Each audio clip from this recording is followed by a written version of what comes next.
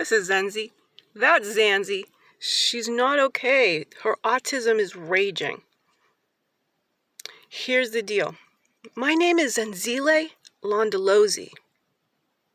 These are Zulu words that convey I am responsible for who I've become, the protector of all living beings. I'm just a fierce feminine philosopher who's seen what the men have gotten wrong. I've sorted the hard problem of consciousness into an easy pivot, and I've spent 4 years trying to find somebody with the open heart and flexible brain who will just have a conversation with me. Oh, buddy, I have pitched body, mind, and soul again and again and again.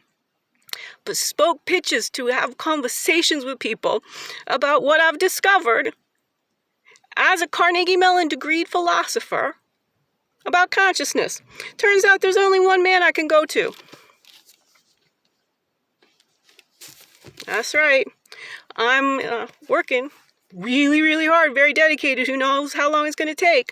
But I want to play a game of consciousness with the Dalai Lama. How many people have to see this video, trust me, talk to me? And I really do have a theory of mind, consciousness, that is entirely in step with Tibetan Buddhism. Whereas mine, though, is based on a 55-year-old American atheist version of how everything works. You see, we non-theists need to hang together for a minute here.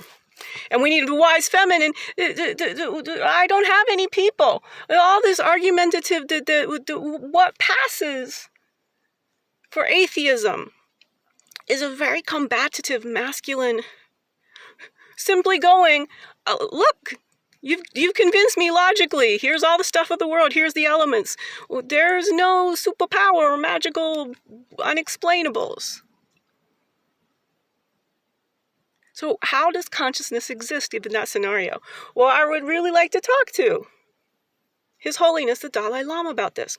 Now, how many Buddhists does it take to watch a small video, to feel the energy that what is behind what I want to do here is run a global thought experiment? And I've literally tried throughout the Western world, not just the U.S. I went out to Brits and Australians, the French. I can't get anyone to talk to me about a theory of consciousness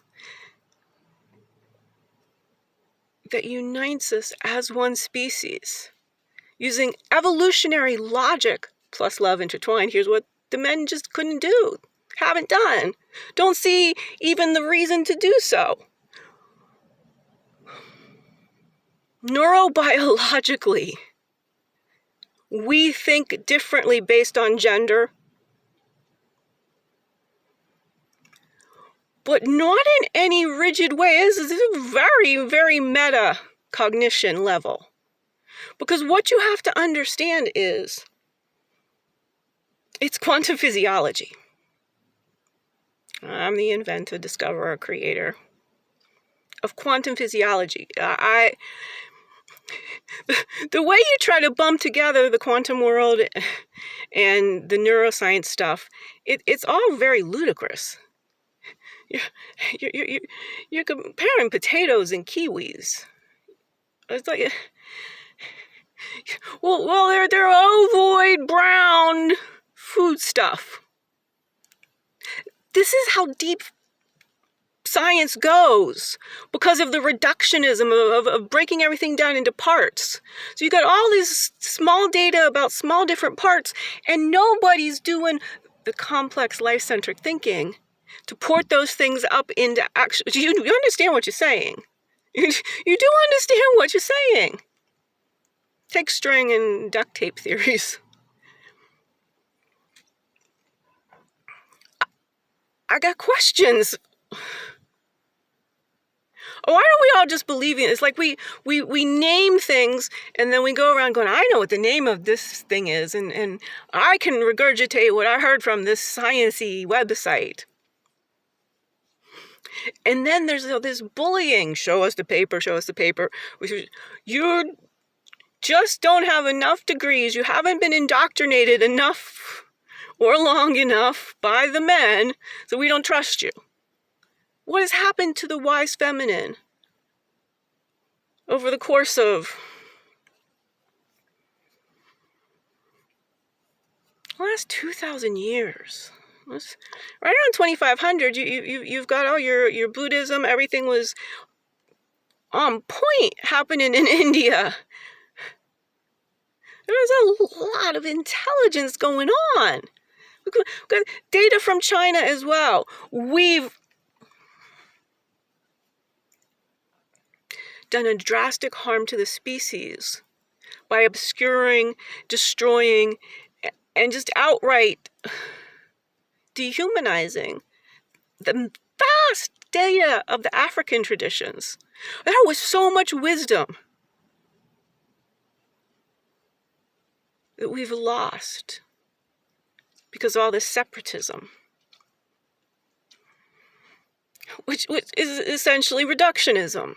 It's all separate, and then you take it all apart and you'll find, well, you really don't even understand what you're asking. I don't really think you do.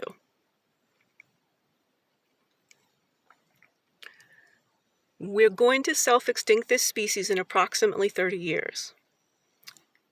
That is a valid philosophical premise to start a global thought experiment. Okay, let's not do that. And right now, as far as I'm concerned, this is the man who can do all the vetting for everyone else about how the creative way I have of talking about Homo sapiens sapiens as one species. We're all African ancestrally, yo. And free thinking is priceless. What I have went through trying to go, it's plantation capitalism. Everywhere except for like the little 0.00, I don't want to even, how few indigenous humans we have left following ancestral wisdom traditions. We need to put a pause on making science religion. Forget that for just a second. And let science be science, and let the people who want to teach us all to think. The pluralities of religions, it's absolutely necessary, because religion is as cultural as food. These are human thought forms that arise very, very directly from the environment. And understanding evolutionary logic, the deeper level, not just evolution of species, but evolution of consciousness itself, evolution of societal consciousness, you might call a soul. What the whiteness thought tradition, Western, it's the whiteness thought tradition. This is harming our species. And I'm just going to go to the local Rinpoche to celebrate Martin Luther King Day, do some chanting, and ask for philosophical sanctuary or maybe even asylum. There's no one in my culture with the attention span to get stand-up philosophy. We can't publish this stuff in a paper. We don't need billion-dollar cyclotrons to all get together and say, Homo sapiens sapiens. We need a global hive mind of life-centric thinking. You see, life-centric thinking, here's where we're going to get all the money from all the famous rich people. Life-centric thinking, as opposed to stuff-centric, if we stay in this stuff-centric, money matters most masculinity, a stuff-centric thinking paradigm, we're gone. Nothing can change. There's no outcome. We have accelerated to planetary destruction level. How it will play out, that's too complex for any computing we've got anywhere near. But a philosophical mind doesn't even need to do it. I can feel the horror. And say, but right now, if we all learn to love each other, we can play a different game. We can stop playing that death spiral of whiteness. We can start celebrating all 8 billion humans. Life-centric thinking. First, do no harm to any molecule life. That fixes the planet. That fixes all of our nature. We are so close. And in fact, I'm here to say, there's a hashtag neurodemic going on, at least in the US of hypocrisy. And it's the attention spans of the devices. Like right there, that one, oh, maybe she is crazy. No, it's, everyone knows it. It's the elephant in the universe. Human adult intelligence is plummeting, and it's been siloing itself down into ever smaller niches, and nobody's connecting all the dots. In order to actually work as a species, to stop doing what we're doing, it just can't be divisiveness all over the place. We need a core species-level hive mind. We're all African ancestrally, and free thinking is priceless. We've got to abolish plantation capitalism. That's all of these separatisms, all of these meritocracies, everything, all of it will stay as long as there's money behind it. Let's change how we think about money. Is great stuff. It was good exchange. There's all kinds of ways we can do this differently. We understand that capitalism was twinned with racism at birth in the 1400s. Ibram X. Kendi scholarship. Henry the Navigator, Portugal. Go read it on LitHub. And then I pivot just a little bit. What also happened right around in the 1440? The printing press. How whiteness dominated the world, and the germs, guns, steel. Yeah. Those are the tools that brought forth that which was written down in books. Off the Europeans went, sailed somewhere. Hey, what's your laws? Who owns all this stuff? What, you don't have laws and ledgers? We do. This is ours now. It was the writing it down. It took us from all of our potential and possibilities down into these people. So this has been a performance art philosophy demonstration of an altered state of consciousness. You know, everyone talking about consciousness, and I've read most of the books now. I've looked at the articles, the ones that are really crucial to triangulating my arguments. And I'm telling you, they act as if human consciousness is one thing. There are all these altered states. And this is what the wisdom traditions, they get, the meditating, what the Tibetan Buddhists are doing.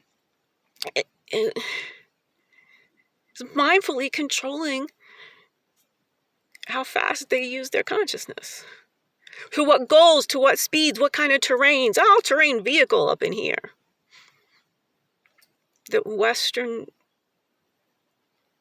zeitgeist believes is like one typical tiny little thing of sexual attractiveness or wealth.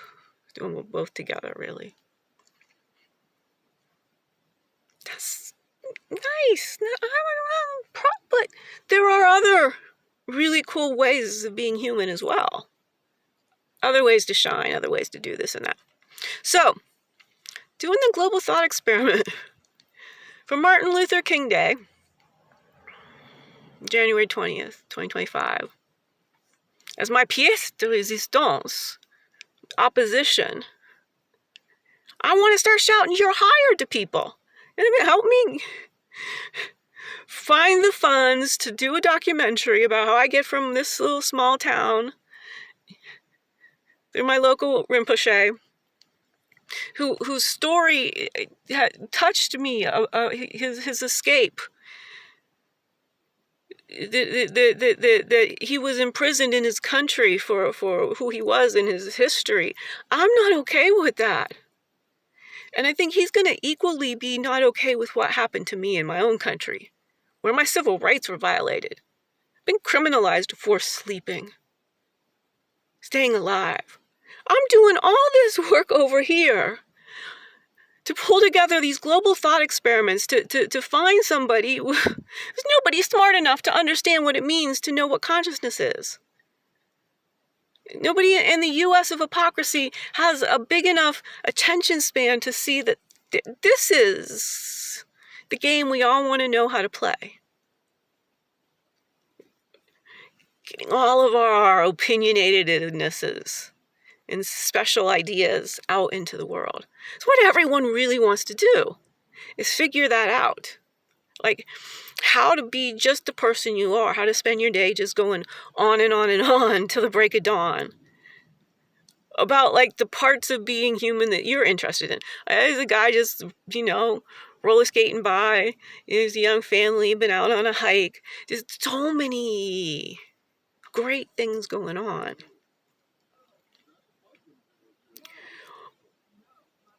Right now, those humans in power and control who are using whiteness to say we are in charge and we don't want anything to change, we don't want to give away, all of these.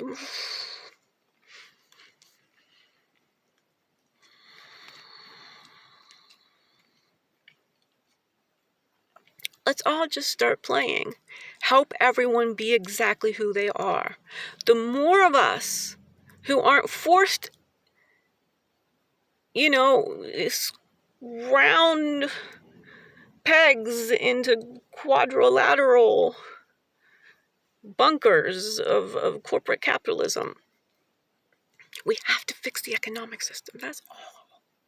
Everything else downstream will right itself really, really quick. People have enough money to be who they are, live their life.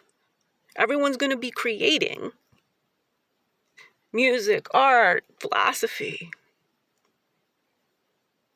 And then the whole species really quickly, we all just become foragers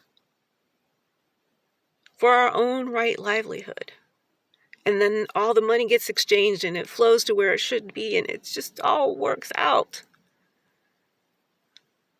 When you have these things called corporations who can decide to do whatever the hell they want to do, it doesn't have to be the right thing. It doesn't have to be moral or even legal. And get funded well enough, they can be out in front of that. These multinationals, the U.S. of hypocrisy is crumbled. 20, 30 years of multinationals. But what technology exponentialized in our species, I don't think anyone's really talking about. That's what's messing with this brain processing power. We're also fearful of not having money. It's been well over 4 years for me. There's nothing to fear, except for how much everyone else fears even talking to me. It's so radical. No money. I know better than plantation capitalism, so I'm going to have to do better. I wish I could compromise. If there was a way to negotiate this, but there hasn't been. Nobody will talk to me. I've been making money in income streams. Dozens a year. Somebody should have at least had a conversation with me and seen how that's the show. Now, the real world is, help me find a spare room. Help me out food and shelter. Why can't somebody keep saying it and saying it and saying it, and nobody will help me.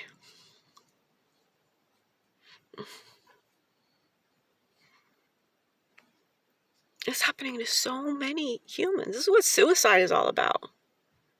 The person has this specific problem. They keep trying to tell people, please help me with this problem.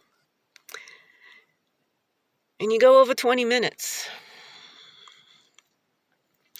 Suffering is so specific. And we've just, if we could see how human functioning actually works, quantum physiology, how consciousness and embodied cognition are the same thing, but they're not.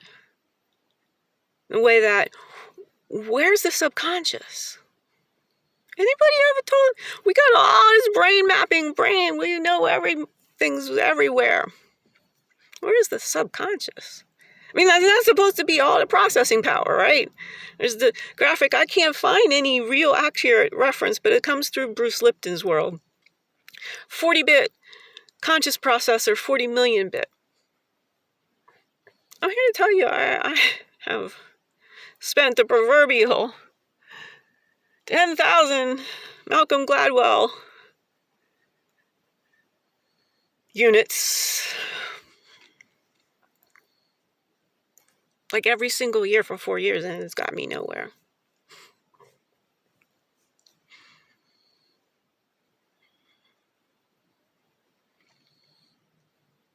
Everyone else, you see, the thing about the deistic tradition is everyone that you can, they're able to step away from their responsibilities in the world.